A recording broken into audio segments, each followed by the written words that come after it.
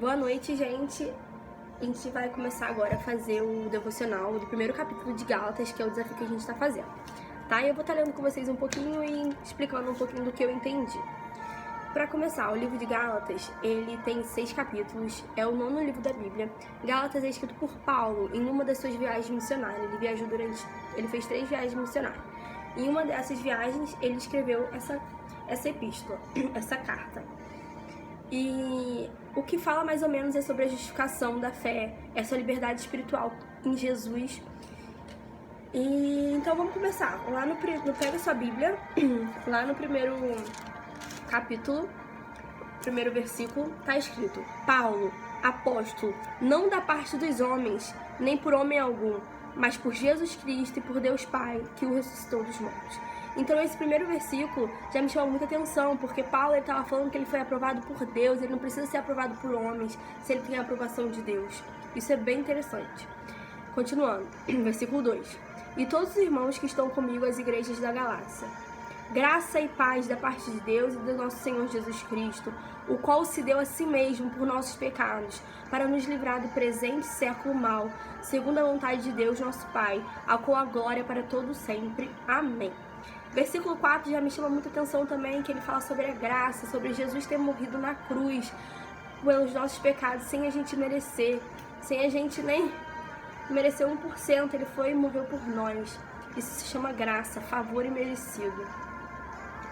E me chama também a atenção que ele fala para nos livrar do presente século mau, um tempo que a gente está vivendo agora, onde tem muitas mortes, muito assassinato, muito suicídio, muita depressão, um século mau que a gente vive hoje. Só que Jesus veio para nos livrar disso. Em breve ele voltará, amém? Continuando, versículo 6. Maravilho-me de que tão depressa passareis daquele que vos chamou a graça de Cristo para outro evangelho, o qual não é outro, mas há alguns que vos inquietam e querem transtornar o evangelho de Cristo. Mas ainda que nós mesmos, ou um anjo do céu, vos anuncie outro evangelho, além do que já vós tenho anunciado, seja anátema, ou seja repreendido, seja separado para a destruição. O que significa esses versículos? Ele estava falando sobre um outro evangelho, não existe, o único evangelho, gente, está aqui, ó, que é a palavra viva do nosso Deus. Então ele fala que mesmo se a gente começar a duvidar disso, a gente tem que repreender isso, porque a palavra viva, a palavra de Deus está aqui, não está em outro lugar. E ele fala até mesmo que um anjo desça do céu.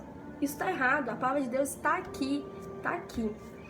Continuando, versículo 9.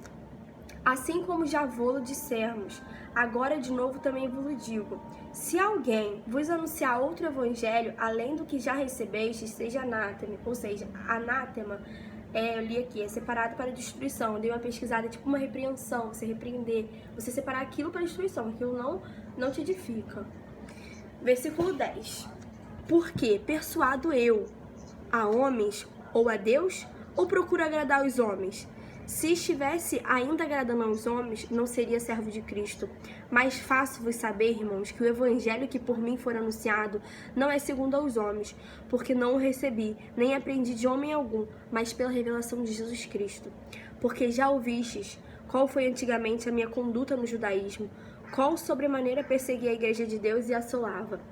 Então, do versículo 10 até o 13, ele começa a falar que ele procura agradar a Deus, ele não procura agradar homens, ele foca no que é importante para Deus, em como Deus vê ele, como que Deus vê a conduta dele, o caráter dele, isso que importa para ele. Não importa pensamentos, não importa julgamentos de homem, o importante é o que Deus pensa sobre você, é o que Deus olha lá de cima e fala: nossa, esse meu filho, ele é bom, esse meu filho, ele faz coisas que me agradam.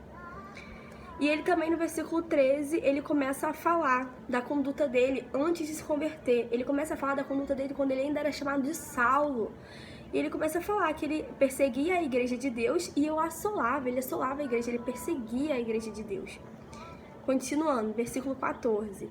E na minha nação excedi em judaísmo a muitos da minha idade, sendo extremamente zeloso das tradições de meus pais.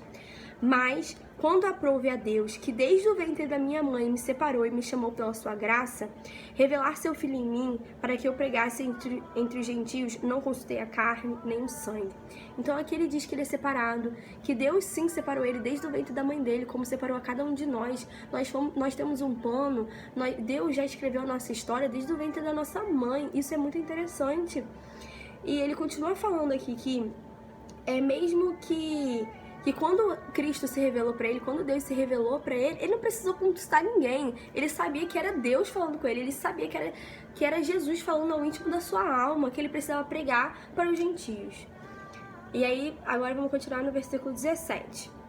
Nem tornei a Jerusalém a ter com os que antes de mim eram apóstolos, mas parti para a Arábia e voltei outra vez a Damasco.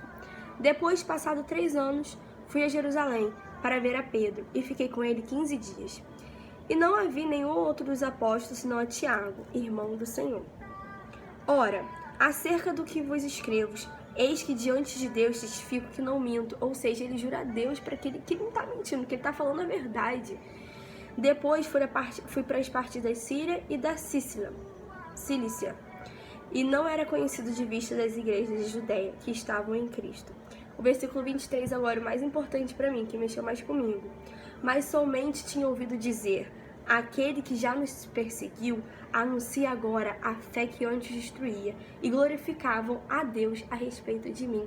Então que hoje a gente possa glorificar a Deus pela transformação que Deus já fez na nossa vida, pela transformação que Deus ainda pode fazer em nossas vidas, seja ela em qual área, profissional, sentimental, de caráter, de jeito, de reação, alguma mudança que Deus pode fazer conosco.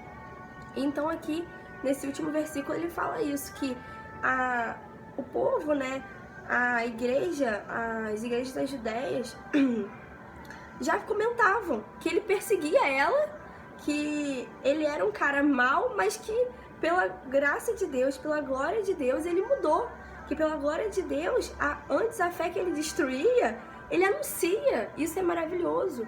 Então que hoje a gente possa entregar nosso coração a Deus. Se Deus quer fazer alguma outra transformação conosco, ou fazer algo que venha da parte dele, que ele seja bem-vindo, que ele faça, que ele nos transforme, que ele entre no nosso coração e faça tudo aquilo que ele deseja, todos os planos dele para nossas vidas. Amém? Era isso um pouquinho que eu queria falar sobre o primeiro capítulo de Gálatas, que a gente está fazendo esse desafio, e que Deus possa vir falar mais aos nossos corações. Amém? Beijo e até amanhã.